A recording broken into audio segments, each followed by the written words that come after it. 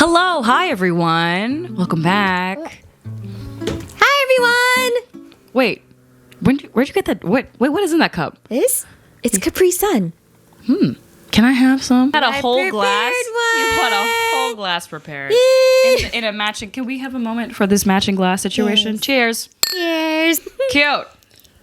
I've always loved the idea of people lying about what's inside their cups. Have you ever been to like a house party and everyone has these like red Solo cups and it's like, hey, what are you drinking? What's in there? And some people just do the whole like, oh, it's a little something. Like, okay, what is it? And I was like, oh, it's pineapple juice. Okay, fine. Then just say pineapple juice. Like, don't give me the whole, like, do you want me to guess? How am I supposed, it's your cup. I don't care if it's in mine. You can lie. It's kind of like when someone asks, hey, how are you? And you could say, be honest, right? I'm not doing so great. It's been a really rough week. I don't know what I want. Or, you know, if to keep it moving, right? Because we keep it moving all the time. You can just say, oh, I'm good, I'm fine. And then just move on with the next part of the conversation. And I think whatever you choose is kind of up to you, but I don't think you should feel the need to lie about what's going on inside. You agree? Yeah, no, absolutely. I think that it is very challenging sometimes to be vulnerable and to share like what we're really feeling. And granted, I think there's a time and place, but I think amongst friends, it's like, it's okay to like just let people know you're not okay, really. Oh, yeah. I think there are moments where I've had my friends say this, and I think I've thought of this myself. I don't want to burden you with what's going on. And I think that really sucks because your friends chose you because they like helping you with your burdens. You know, like I like to make sure you're good. So if you got something weighing on you, please tell me because maybe I could take some of the weight off because that shit is heavy. Oh yeah, no, absolutely. Like definitely 100% agree. You know, when you said about the burden piece, it really did resonate with me just now because I feel like that is quite a very common like Asian American experience, this feeling of being a burden and not wanting to trouble others with like your problems. And I mean, it's pretty like sad to say because like I feel like that happened a lot in like my family too, and just like upbringing and just like, you know, especially I feel like for us girls growing up in Asian households, it's like always just like no, like you can't have an opinion, you can't like, you know, react a certain way. And I feel like little girls, they do tend to be trained very early on to not feel or express anger. I think that's an important point to bring out where we kind of hide the fact that there's something that is inside of us that we don't want to share. We don't want people to see. But the thing is that if you have a cup, especially something like this, and you trip or you walk too quickly, something could spill out of that cup. You know, we're holding on to our burdens, you know, kind of like the liquid in the cup. We're like holding on to it. And if we like bump into someone or something, like it just like overspills. So in a way, like it's funny because when we talk about what's in your cup, it's like what fills your cup. But also on the flip side, the way I see how you're describing it, it's kind of like imagine the liquid is like all your problems. And it overspills. What are the things that are like happening, like what's inside you currently? Because like sometimes you want tea, sometimes you want water, sometimes you want Capri Sun, or, you know, any other beverage under the sun, whether it be non-alcoholic or alcoholic, your choice. But I think also it just begs the question of, okay, what are you filled with? Are you filled with anger? Are you filled with insecurity? Are you filled with frustration? What's going on in there? And also, if you hit a point where it spills out and you can't hide it, what do you do? Because I actually have so many instances.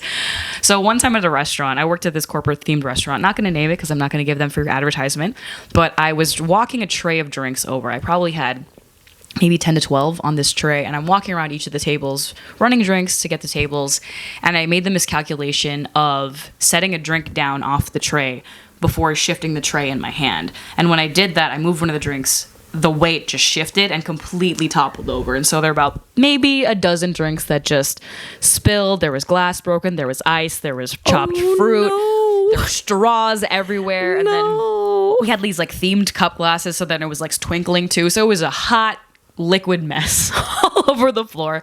And we had a policy for when we had spills or anything happen in the restaurant to call a flat tire, aka the car is flat, I need help. So people would come over, whether it be a host, a bus, or anyone else, and they would help you clean up the mess. And in that moment, everyone's staring at you, right? Because they just hear a loud noise and they look back and they see this catastrophe of cups and ice and drinks, and you can't hide that. You can't hide the fact that everything's spilled all over the floor and your cups are empty. And I think that's one of those things where we kind of fill our cups with different things depending on what's happening in our life, right? Where sometimes we have good stuff, right? We have joy and happiness and excitement and so much like passion about what's going on. And other days it's like, it's a lot of anger, it's a lot of sadness, it's a lot of, I don't know what I'm doing, all in this cup. And we can hide it. We can conceal our cups, we can cover them, we can put a lid on it. But at some point, if you're running around with a really full cup, you might spill it and just have nothing in there, and you can't pour from an empty cup. And I think that's kind of what happens when we go through burnout, right? We give so much, we do so much, we don't talk about it, and then we're left with nothing. Then we're left a shell of ourselves.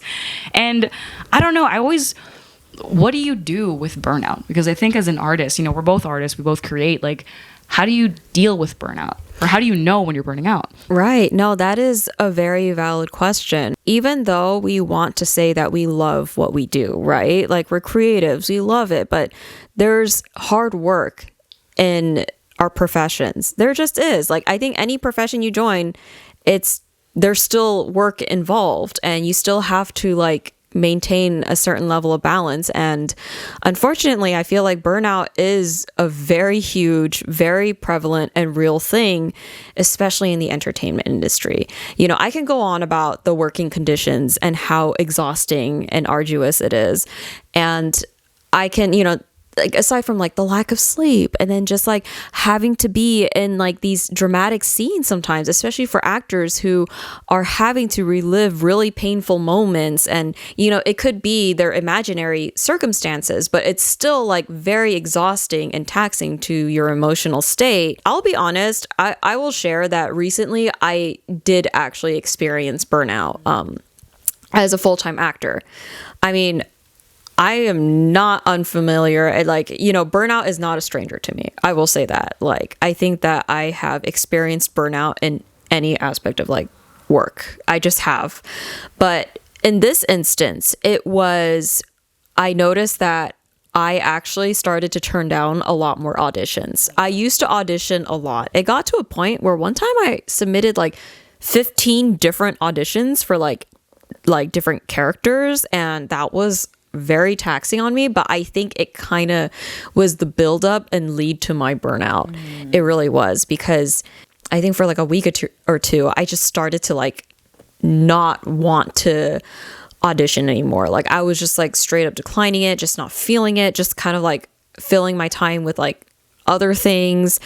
But what sucks is that when you're experiencing burnout, like, you feel like you start putting things off. You feel like you don't want to do things anymore. You just feel too tired. But at the same time, when you start taking that break, it's like, what do you do when you start feeling guilty? And I feel like that's such like, again, it's just like, I feel like it's such a common Asian American experience. Oh my gosh. I remember I was telling you this recently where I'm like, I don't know what it is, but I'm feeling like I'm behind. I'm feeling so behind on everything, which is a wild thought, right? Because I'm like, what am I behind on? Like, what, like, everything's paid. I have no debt currently, nothing active at least. And like, you know, I still work, I still go for things. I was like, why do I have this deep-seated feeling of like I'm not doing enough, or I'm not enough at any point? And I think it's the idea of needing to fulfill something and achieve something and be in something, being in a project at all times, when realistically that's not healthy at all. Or is it sustainable? It's not, yeah. That resonates with me too, just like how you're feeling, because I also experienced that too, where sometimes I'm like, I'm not doing enough. And sometimes people actually approach me and say like, Emmy, you're on so many sets. And I'm just like, yeah, but like, you know, it's mostly background and day player. And like, no, I want something more and more and more. And, you know, like, I just feel like I did look into this, where sometimes like that feeling of like needing to prove yourself actually does contribute a lot to burnout. And I think that like, especially for people who are new in the industry, like that tends to happen a lot. Like, I admit, because, you know, I moved to LA in 2024 and I did some acting stuff, but then I pulled back and worked a full-time job. And then I, you know, got back into full-time acting again. I feel like because I was kind of like relatively new, just getting back into acting and being in LA specifically, I think I was kind of feeling like, oh, I need to prove myself. I need to like, do all this and, earn a living. And especially, I want to make this point too, for full-time actors, full-time creatives, it's even harder to want to take a break. It is so much harder because you don't have that stability. You have to work to make ends meet. You don't have a moment to breathe because you need to live, unfortunately. Exactly. So I think burnout for me, specifically me, looks like me when I don't feel like doing anything, when I am just like in bed. I would say like that's actually my warning sign to when I'm about to have a mental health episode too, is when I am sleeping a lot. I just like feel like I'm just mindlessly like scrolling on Instagram or social media and stuff. Even like when I start to isolate too. So like those are like my signs of burnout. How about for you? I think for me, we're pretty similar, I think, in how we feel.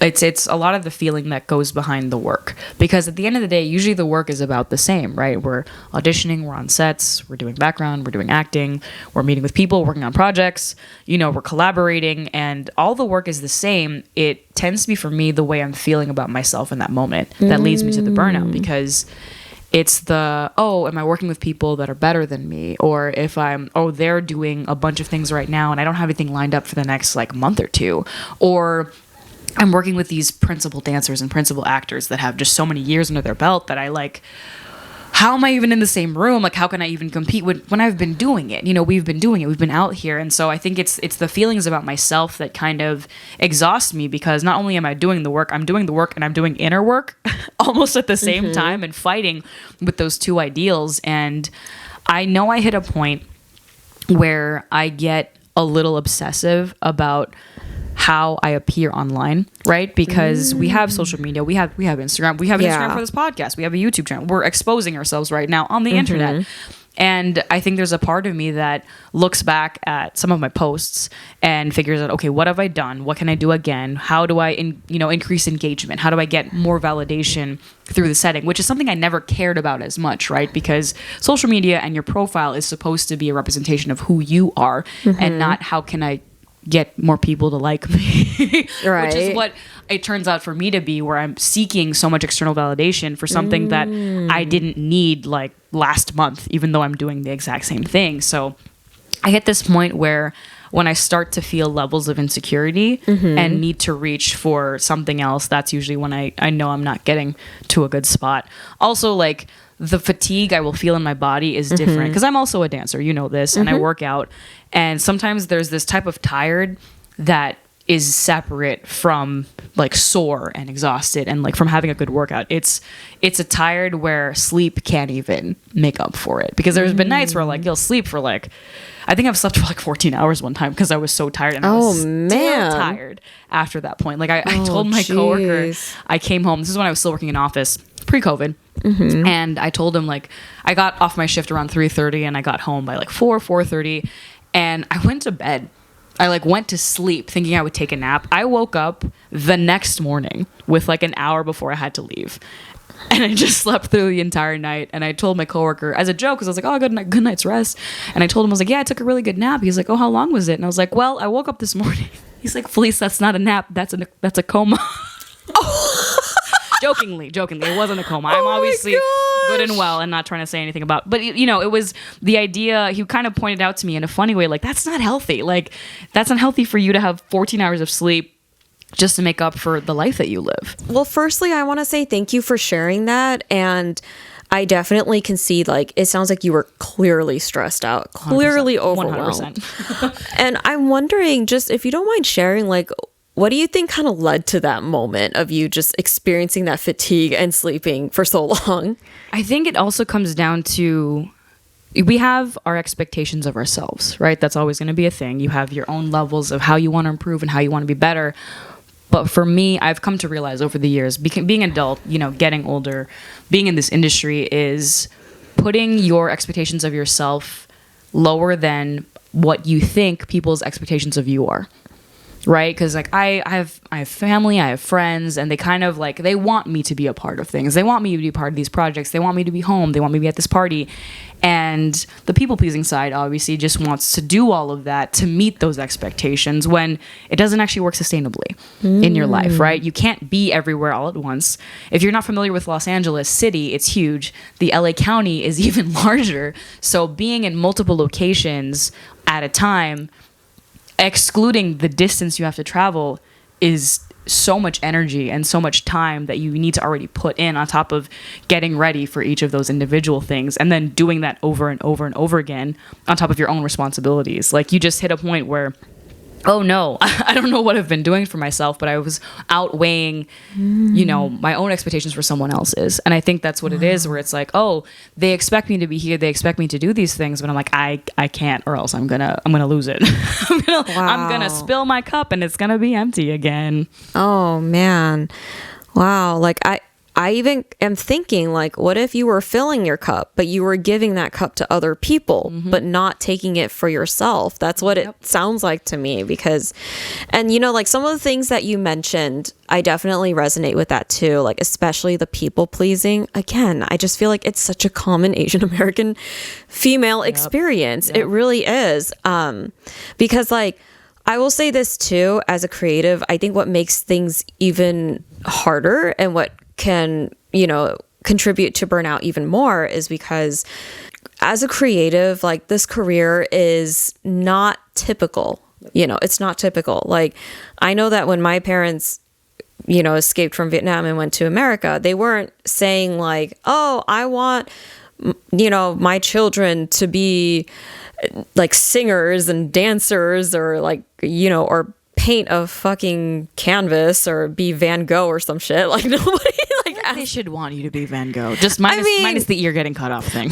But think about it. Like, you know, he died and he was just like, you know, nobody really cared for him until he died. Like, that's fair. Yeah. I'd rather be known now than when I'm not around to really enjoy that. Exactly. So, you know, I think like my parents were hoping that I would do something more, you know, and I mean, it's fair. They probably didn't get as many opportunities as like I do now. And I feel like, again, it's very common.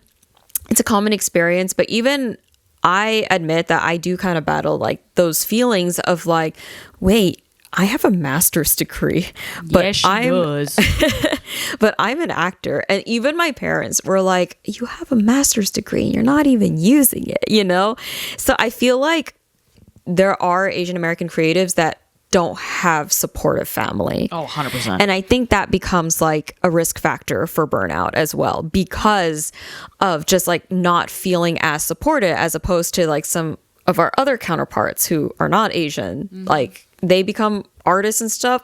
Parents are like signing off on it, even when they're kids, signing off on like them being on stage, being in front of like film sets. And I mean, I'm not going to even talk about that whole other world out there, but I'm just saying, like, it's not our world, so we can't talk about it. But yeah, so I feel like, I don't want to say Asian Americans are more prone to burnout in the creative industry. I wouldn't say that. Like, I wouldn't go as far as to say that, but just that we've got some unique factors, like risk factors for it. Oh yeah, I totally agree. I think also in a creative field, regardless of the color of your skin, I think you're just prone to it, right? Because so much of art is giving of yourself to someone else without the certainty that it will be received. Yes. It's kind of like taking this and pouring it somewhere and hoping someone can drink it later.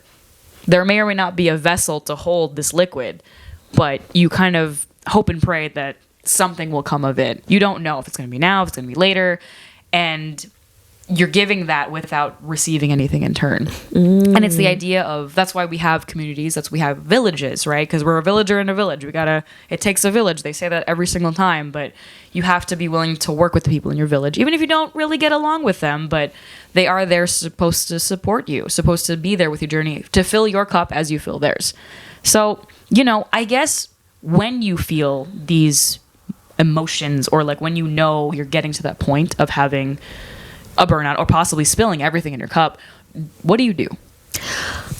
I think for me, it's like I tell myself it is perfectly okay to go on breaks. You know, give yourself some time. Obviously, I understand, you know, in a way, I am privileged too, because like I do have a family, even though they don't agree with my choice of being like an actor. At the same time, like if I need money, if I need like some extra financial support, they're willing to give it to me. So I will acknowledge that piece, that I am very privileged to be able to have those moments where I can just be like, you know, I don't feel like doing that audition right now. You know, it is okay to say no to auditions. Okay. I just want people to understand that, because like, I feel like as actors, we always feel like we have to say yes to everything. And it's like, no, you can negotiate your rates. You can like, you know, you can negotiate your rates. You can accept projects that pay decently or projects that fulfill you. If it does not fulfill you, you can say no. That practice of learning no to me is self-care. Yes. Because I feel like a lot of people, when they talk about self-care, like people always envision like, oh, meditation, like go for a walk, bubble baths. And it's like, okay, those are wonderful things. I'm not knocking them. They're great. But for somebody who might not be financially off or may not have the time for it, because I knew some people that worked like 12 hours for the whole day. I mean, that's mostly crew. Bless them. Yeah. And it's like, okay, I don't think they want to be walking around like during midnight. After they've been walking around all day. And on their feet. Carrying things, putting lights up, getting coffee. Yeah, I see you PAs. I see you doing the most. Right? Like, God bless those PAs. But like, you know, like in those moments, it may just be like, what the like, no, I don't want to do that. Or like the bubble bath. I'll be honest, I do not take baths. I shower. Like, no one got time for the bath. I know, like, you gotta fill it up. Also, like, I am not, you know this, I mean, I'm not a small Asian. Like, of the Filipinos out there, I am not built like carry-on size. Like, I am 5'6", which is way tall for a Filipino woman. So being in the bath, it's either the bottom half is in or the top half. Like, we can't fully be in it. I'm not submerged. I'm like a pan-fried dumpling versus like a boiled dumpling. That's the equivalent I'm giving you there. But dead. Yeah. I think also when it comes to burnout, like everyone has their own ways of taking care of themselves. Yes. And I think that's one of those things where not only should you recognize, hey, I might burn out. And I think if you've, you know, burned out enough, I think you can kind of recognize, unfortunately, when you're about to. But I think also not only knowing what the problem is, but also having a solution or having ways to combat that. And I think, you know, we do different things. I think one of the things I have been better at, because I had a really deep depression I went back to in 2018, and you know about that. Mm-hmm. But one of the things I'm better about now, especially with my group of friends, because I have, you know, great friends that really want to check up on me and be emotional support, is that I tell them. And I don't tell them in the sense that I need you to do anything for me. I don't want you to say anything. I don't need you to go out of your way. But me being able to tell you is a huge step for me, because I used to keep that cup lidded, like this thing, no leaks. No leaks were Nobody coming out. knew what was in her Nobody cup. knew. The thing is, like, when liquid sits and it ferments, it actually can explode just from, like, you know, growing a bunch of stuff in there that you don't need. So I got better about being honest about what I was feeling in the moment. And I've been grateful to have a friendship like you and other friendships. Shout out to all the homies, you know who you are, that have been there for me, that have listened to me. And it wasn't for anything. Like, I don't need anything else, but just having you there to say, hey, I'm not good right now, 100% great. And it's a great thing. Yeah, and I love that. And I definitely see that as a form of self-care, is that you're allowing yourself to be vulnerable enough to just communicate with others and, you know, accept maybe even others like kind words and whatnot. It's like, believe me, and this will be for another episode, but just communicating that and being honest and vulnerable is very, very challenging. And I also learned that in my profession as an actor, that is so important, is being vulnerable, because in order to receive, you gotta like be open to it. And that's why I think self-care is super important, is because if you don't take care of yourself, you're not going to be open. You're not going to be open to different emotions. You're not going to be open to others' emotions, because you're so focused on your pain and not taking care of yourself, you're going to be closed off. And that's why, like, when burnout happens, especially for like caregivers, people in that profession, sometimes the burnout becomes just like lack of empathy because of that. Yeah. So, but yeah. And it's the whole thing of like, that's the same thing. Like, when you burn out, your cup is empty. You have nothing. You have no anger, no fear, there's nothing in there. So it's like, you can't pour anything out. Like, I was like, well, we have to refill.